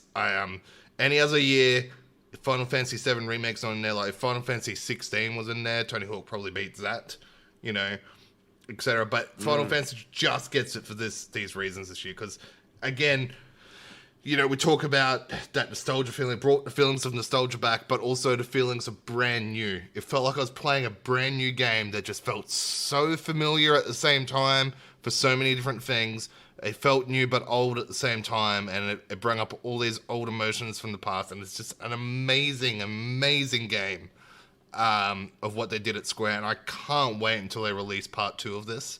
I can't wait to see where they take the story next, because they've gone off the left bend right at the end. Like, they've taken a full left turn at the end of the game, and they've opened it right up to so many possibilities now. So it's going to be really, really interesting to see what happens next. What's interesting to me is when it'll happen next. 2 to 3 years? 2 to 3 years? I hope so. Look, they've given us fake dates. I think we're going to see a rotation from Square. We'll see next year. We'll see Final Fantasy 14 expansion, right? Yep. Then the year after, we'll see Final Fantasy 16. Then the year after, Final Fantasy Remake Part 2. So it's like a cycle that they cycle through their Final Fantasies. That way, Final Fantasy is always fresh in your mind. You get a release each year. So then the cycle then starts again after that. We get another expansion for Final Fantasy 14. We get maybe like a Final Fantasy 16 Lightning Return style game, you know, like they did with 13 and 10. And then we get another Final Fantasy 7 Part 3 you know, like this. But that's me speculating, but it makes kind of sense from a publishing point of view at Square, rather than dropping 2 in the same. If we had gotten 7 Remake and a Final Fantasy 14 expansion this year, I think it would have been too much.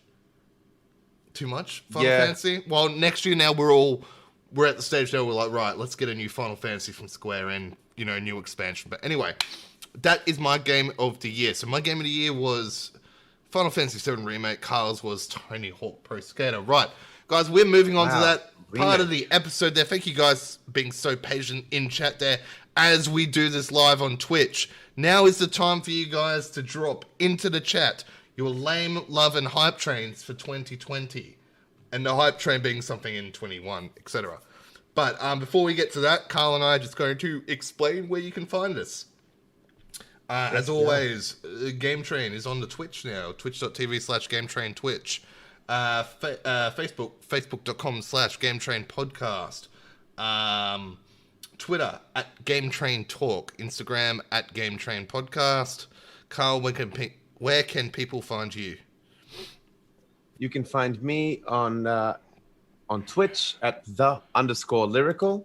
So I'll be doing all my streaming, live music, and so on and so forth. You can find me on Instagram @the_lyrical. And you can find me on everything else at just thelyrical.com. Very, very nice. All right, chatters, drop in your lame love hypes into the chat. We'll read them out. We can't wait around for too long, obviously, as we'll be here all night, and then it won't give anyone anything to listen to on the podcast either. So if someone wants to kick off, we can start discussions up. Here we go. We got one from a Spooky Peach. Spooky Peach says, Lame Train. Callan claiming the capitalist pig Tom Nook as best character of the year. Rude, don't snub Isabel. But for real though, Assassin's Creed New Horizons had only 10 days of cherry blossoms. Assassin's Creed New Horizons. Oh my god. You know what? Animal Crossing New Horizons. 10 days of cherry blossoms. And despite grinding harder than I ever had, I only got 3 recipes and couldn't make my entire island cherry blossom themed. Tears were shed because I refused to time travel. Love Train. Nice. The rise in popularity. Wait. We should read that when it's Love Train time, shouldn't we? No. We're going through each person's together. Oh, nice. All right, let's do it. Yeah, it just makes it easier. Love Train. The rise in popularity of games that allowed me to bond with my friends at a time where both the pandemic and my own anxiety hindered me from being able to bond with them. So Among Us and Assassin's Creed New Horizons. Fuck, I did it again. Nice. Animal Crossing New Horizons. I can't wait for Assassin's Creed New Horizons. That's when you're going out to kill Tom Nook. Wasn't that Assassin's Creed 3?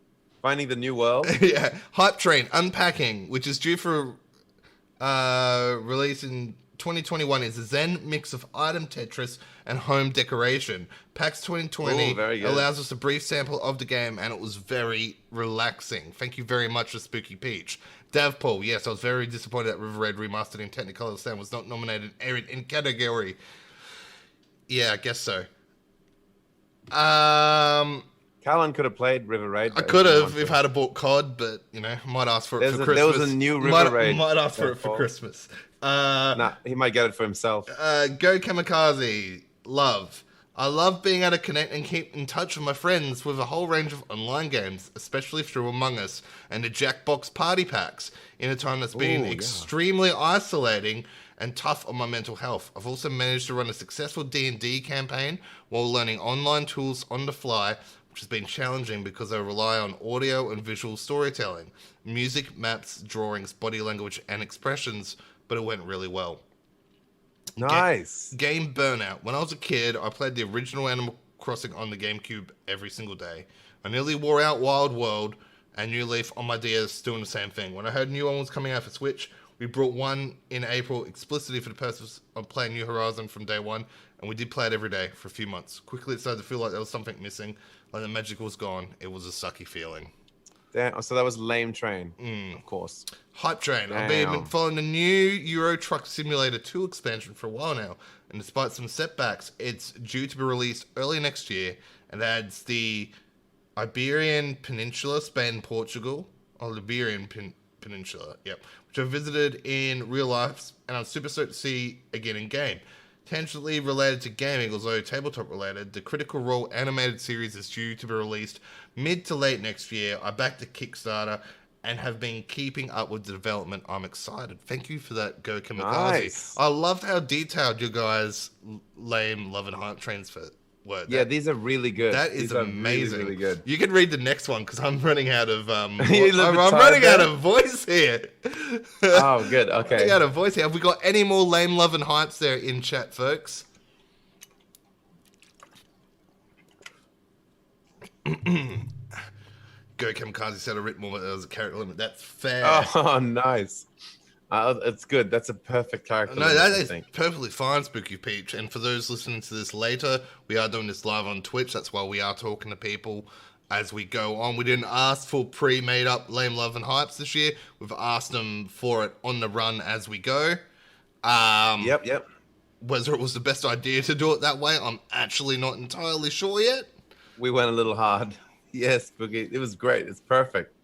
It's perfect. But you've scared off everyone else because they saw your work and went, nah, I can't write an essay. That's too good. But guys, seriously, if you just have like one word, or like, you know, you just want to write like Avengers or something, or like Love Train, Callan, you know. Yep. But all right, we should go through ours, but still let them send through. So if anything comes through, we can interrupt as we go. I don't want to interrupt ours. Oh, well, we can chill. Nah. We'll just chill right here. All good. We didn't. Oh, yep. Sorry, we didn't. No, it didn't scare anyone at all. Oh, Schmitty, lame. Games being delayed. Also, games being broken on launch. That is a great lame train. Yes. That makes so much sense as well. Yep. Delayed games that are delayed and are still broken on release is super lame. Yeah, like just double lame. That game that we're not going to mention in our Game of the Year episode because it's nothing to do with this year. So yeah, we know the one. We know the one you're talking about. Yeah, and well, see that one. I feel like as a lame train, kind of makes sense because it is 2020. Yeah. Not as a game. Yeah. So 100%. Because I definitely have thoughts. I've got strong thoughts, which will be on our next episode. On that one, I've got strong thoughts indeed on that. That's gonna be a very interesting discussion, actually. I think about different things and all that. All right, shall we move on to our own, Carl? I believe we should. Oh, here we go. Polyquan. Lame. eBay scalpers. Nice. Very good Polyquan. Those eBay scalpers were horrible. Cash converters are now selling them for twice the price.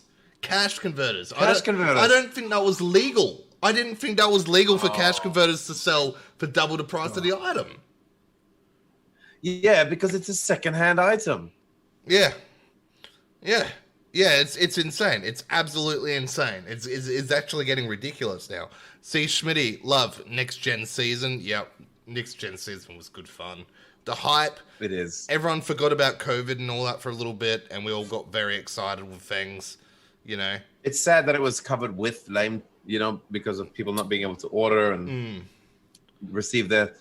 So it feels like the ones who received consoles feel like this elite group of people that are like, the funniest thing happened, like while I was Christmas shopping this year, I walked into all these like gaming places or JB Hi-Fi, and the PS5 and the Xbox Series X game sections are like so big, and it made me just wonder, like, who are you selling these to? No one has these consoles. Could you imagine the amount of mums that would walk in there and be like, I want to get a PlayStation 5 for Jimmy. Oh, no, they're all sold out. What do you mean they're all sold out? They're all sold out. Where can I get one? Where's the nearest store? All the stores are sold out. Fine, I'll go to your competitor.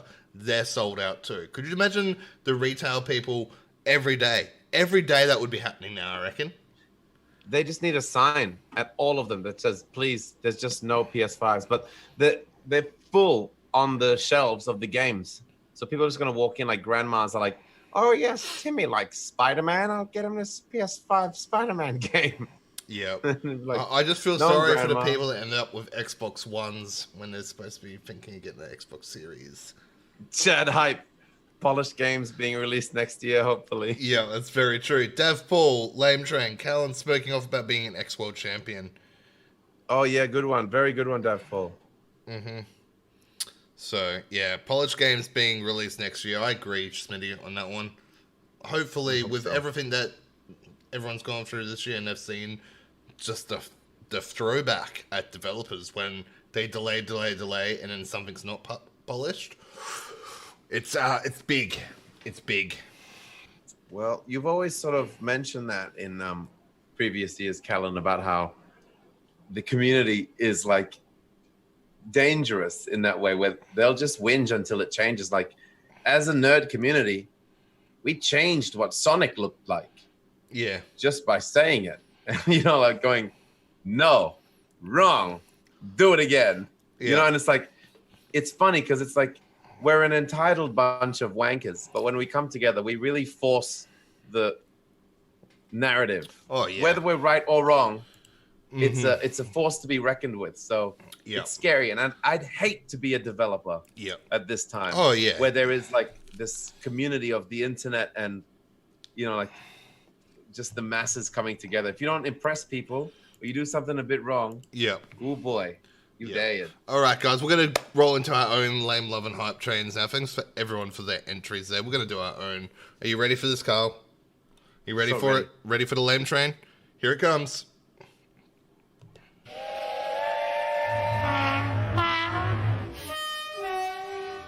Okay, Carl, what was your 2020 lame train? My lame train is that I feel like the wait for Cyberpunk is still coming. Wow, yeah, you went. I thought it would be done. You went and mentioned the name, didn't you? We've got our episode on that game on Monday. We do, we certainly do. But yeah, for me, the reason I mention it now is because I've been telling my peers, my friends, my family that more than the new generation of consoles, I've been hyped for Cyberpunk more than I have been, and now I still feel like I'm waiting for it. So, and you changed gigs around, and the game got delayed. You changed gigs around again. You said, "People, I'm not seeing any of you this weekend," and the game got delayed again and again. All that. Yeah. I don't even want to talk about that. We're gonna have such a fun discussion on Monday about this game. Yeah, I'll get more into it when we do the actual thing. But the reason I'm mentioning it now, because it's not part of the Game of the Year discussion, and because I didn't get time to play it, because I had to go on freaking tour for 4 days at launch. And then another thing, we didn't get one early, but neither did anyone else in the world, and people are upset about it. On console. On console. Yeah, we'll get into that later, but there's like really creepy, sus reasons. Yes. That no one got that's for our Monday discussion on Cyberpunk. All right. Yes. My lame train is the COVID effect on the gaming industry.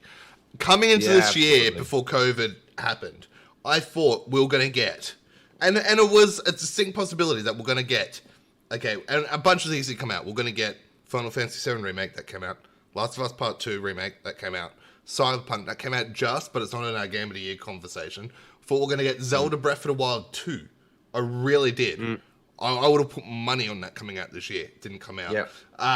Elden Ring, again, another one I thought would get this year. Nah, probably next year as well. It could have been the greatest Game of the Year battle ever if everything had to come out nice and polished as well.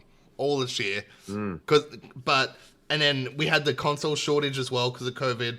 And a lot of stuff's been pushed back. We're still going to feel these effects probably until the end of next year in the gaming industry because everything's been pushed back.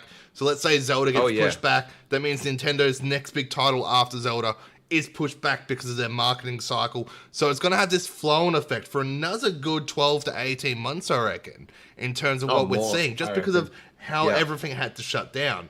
Now, if everything had to shut down again, I think now they know how to work it, so it'll be a lot more smooth. But no one's gone through that before in the modern age with everything shutting down like that. So it was interesting to see how everything happened. And then we got one major Nintendo release this year. One, Animal Crossing. I don't count the Mario pack as a major release. That's just a remaster. But I mean, a big Nintendo hitter was Animal Crossing, even though it was fantastic. But that's how much COVID affected things. So I think we're originally supposed to see Breath of the Wild 2 around November. But of course, COVID come through, hit everything back about 6 months. So we're looking at probably May next year for Breath of the Wild 2, I reckon. Yeah, if that also, well, I'll mention it later, but yeah. Yeah, but that was the COVID effect on the gaming industry really hurt throughout the end. It's a ripple effect that we'll feel for quite a while to come. Yeah, that did suck. All right, are you ready for Love Train? So ready. Okay, here we go. Love Train time.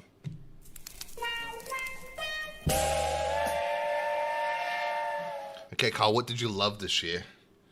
Twitch community. Oh, I keep saying it. Yep, very nice. Yep. I think you went into detail last time, but yeah, I thought that was going to be your one. Yeah. Yeah. If it's for the whole year, it's definitely that. Like you and I have just both felt it, and like I was saying about the timing of you. This one is not like something that happened and got created and released just in time for COVID. This has been around for ages, and we've been in and out of Twitch for years. But this year, in the right time, and being stuck at home, especially for you, being like a lot more stuck than the rest of us or some of us, the Twitch community it shone through brilliantly. And I don't, I've said already so much about it, but yeah, definitely that one stands out for me as my thing I really loved this year. Yeah, they helped me get through this year. I streamed every day since about June. Every day. Yeah, you did. Every day I came on here, and some days there was no one, and just empty chat. It's not even. I did 12-hour stream. I did 12-hour streams with empty chats, and now that it's growing and the people are constantly there, it's great. It's such a breath of fresh air, Like, and I just mean like it's not just for me or for us. I mean, the Twitch community that we're in is watching them be a community. Like, we're seeing friendships happen and people coming out of their shells in ways that I never expected when we first spoke to them or met them. We're seeing people streaming and we're seeing like we're supporting them and hopefully helping them figure out how to do that. But then we're seeing them then take that and show their friends and other people do it. And, we see things like meeting someone who is like studying to be in a medical industry, nurses and things, meeting like a nurse, and they're becoming two good friends. There's an age difference, there's an educational difference, and there's like, how do you even make that shit up? Yeah. Yeah. And then there's people that can help each other in ways outside of gaming. And I have to do shout out to the Pink Ladies and to all of them there, and specifically to Ash, Claire, and to Lucy Meg, like those two. And that's what I saw outside of us. You see these two that can help each other as friends that I don't know if they would have crossed paths, but it's just so exciting to see it from a distance and go, you guys can really help each other in just like in conversation and in teaching things and learning things from each other that you can't do in a normal situation. Like, this is so cool. It's outside of our hands, and we just got to sit back and watch it happen because of the Twitch community and streaming and just being part of this world. So it's pretty magic. Yeah. What's your love? Thanks. So I could have done the same. I went for a different one. Oh, nice. Yeah, I love my green screen. Yeah, it's beautiful. It's no, it's like the hills, the rolling hills. No, I like my green screen, by the way. No, mine is, again, I got to be part of 3 generosities this year. Yeah, right. Nice. So we spoke a lot about last year generosity, the charity that Carl and I are a part of, right? And where we raise money just doing dumb shit online, and we've raised over $100,000 for different charities along the way. Well, this year at the start of the year we had the big bushfires across Melbourne, Sydney, etc. Right? And I was going to go up to Sydney and help with the Sydney one, but they said Callan, help organize the Melbourne one. So I went out with a couple other peeps, organized the Melbourne generosity. The first time of generosities had 2 generosities in one weekend in different states, which was insane. So we organized the generosity down here. Then I went up to Sydney to help work on the rest of it over the rest of the weekend, where we ended up raising $70,000 for the bushfires. That was huge. 2 generosities one weekend.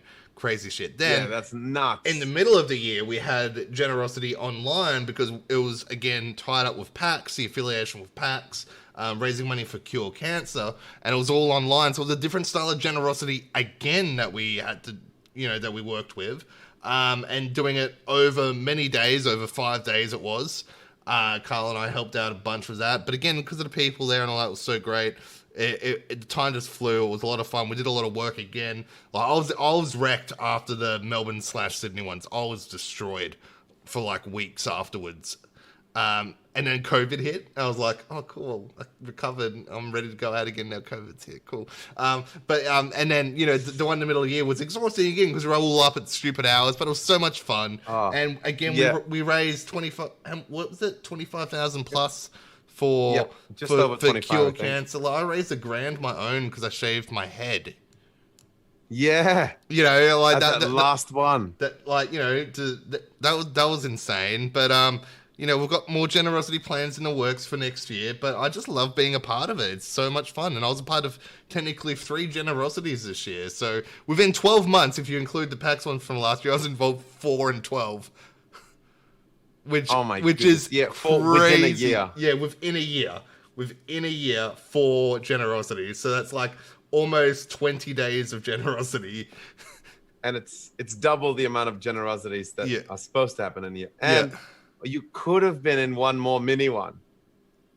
Oh, the Ryan one. Weekend. Yeah. Ryan can't get enough of it that he feels like he has to put on his own show. Absolute psychopath. But yes, that was my love train. Of course, the Twitch community is right up there. I just didn't want to double up on what Carl said. So I went with the... it was almost worth a double up, but I went with the helping the communities with the generosity. But it was cool putting on my own down here in Melbourne too. Yeah, I can't believe I got trusted with that shit. Like, there you go do the thing. Yeah. And then any who helped me set it up were both like, the fuck are we going to do? Yep. The whole time leading up to it, we're like, I don't know what we're doing. We somehow got a generosity off the ground and it was a success. So there we go. That sounds to me like the perfect generosity formula. Exactly. It always happens that way. We always want to be organized, but it always falls apart. It's so great. Yeah. It always sounds like, what the fuck are we going to do? How are we going to do this? Yeah. Oh, it worked. All right, here we go, guys. Here is our hype trains.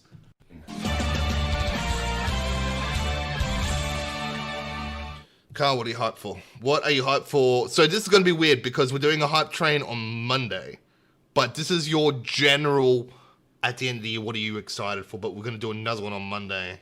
So it's kind of a bit weird because we normally finish the year with this episode and it's a great lead into next year, but we're not because we've got an extra episode because we switched the episodes. But it's all good. Cyberpunk F me. Yeah, so what are you hyped for? We'll say this is the big hype one, like the big major hype. What are you majorly hyped for? Soulstorm. Yep, there it is. I thought we'd see that this year too. Me too. That's what I was going to say. I was going to add it before. I was like, I'll say it later. But Soulstorm, I for sure thought we were going to see this year. And that's Oddworld, the Abe's Odyssey game. Yeah. And it's the continuation as it was supposed to be by Lorne Lanning, the creator of Oddworld. This is the next tale in the story after Abe's Odyssey, how he saw it. This is kind of his, it's going to be sort of a retelling of what Abe's Exodus was, and then he's going to continue on. I loved Exodus. It's meant to be a quintology. I really loved Exodus as well. But this is the story that he tried to tell all those years ago. He always envisioned it as a quintology. He originally wanted it to be 5 movies, but I think his partner at the time... Yeah, his partner convinced him to make them games. So he took that Oddworld design and all that crazy like creature design and the weird world that he made and made it into a side-scrolling game. And then he tried all these weird and wonderful other things to build but whatever. All he ever wanted was this side-scrolling, awesome story. Like once he converted it, him and his partner converted it into games. They wanted this quintology, which I thought one day we'd see part 3, but nope, they're starting again. They did part 1 with New and Tasty, and finally Soulstorm's coming. I hope. That's what I'm hyped for.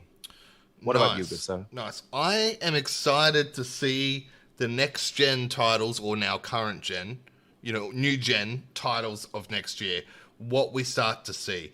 Do we see God of War, the next God of War come out next year, PlayStation 5 exclusive? And what will that do for next gen games? Because really, we haven't seen anything that new gen, next gen yet.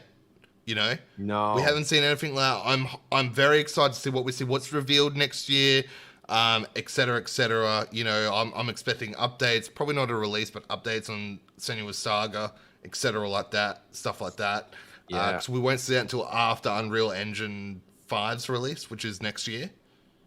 Yeah. But yeah, I'm really looking forward to seeing what we see next year in terms of the new gen games, where they're going with it, et cetera, et cetera. And please, Xbox, please come out with some heavy friggin' hitters. We want to see some heavy hitters from Xbox. Well, there's Flight Simulator coming next year, which I think is going to be one of the biggest sort of next gen showcase games. Yeah. At least for a console. Oh yeah, but it's like Forza though. Like it's like comes out, looks great. It's great for showcase. but Yeah. it's not going to take people away from Sony. No, it's not. Well, So- only flight enthusiasts, Yeah. and that's it. Yeah, and those flight enthusiasts probably already have it on PC anyway. That's true. Wow. That's very true. All right, guys, that was this is the episode coming to the end now. That was our Game of the Year for 2020. It's our fourth Game is of the the end. Year episode we've done now. Guys, Oh my 2021, God, really? 2021 for the podcast is going to be big. We're actually going to try and do flashy effects on our Twitch channel, which we've been Yes. planning to do for a long time, because at the moment it's getting very stale as we go with these effects and stuff. We're going to be doing that. We're going to have the 100th episode coming up in February. That's right. Episode 100 is going to be in February, and we've got some very big plans behind that. We never do podcasts together. We'll be getting together to do that one. So that will be an extra super hype moment for all of us. And all of that. But yeah, guys, you know, That was that's probably something that was quite funny was when COVID happened and everyone was figuring out how to do this, we'd be doing it the whole time. yeah, The separate podcast and recording it in yeah, different yeah, states. and people are like, "Oh, what do I do? I can't go see my co-host." And we're like, They're like, "Oh, we only ever we're doing record it in the the same whole room." time." We freak out if we're in the same room. We get really worried. Yeah. We're worried that We're we're like, going to what- get double what do we voiceover do? on the microphone, or someone's going to be off mic. We have so many issues with that. Yeah, separate room is the way, man. Yeah. Maybe yeah. we just like lock ourselves up in 2 different rooms. That's right. But guys, anything else you want to say before we wrap the episode, Carl? No, that's that'll be it. All right. And this has been Game Train 2020 Game of the Year.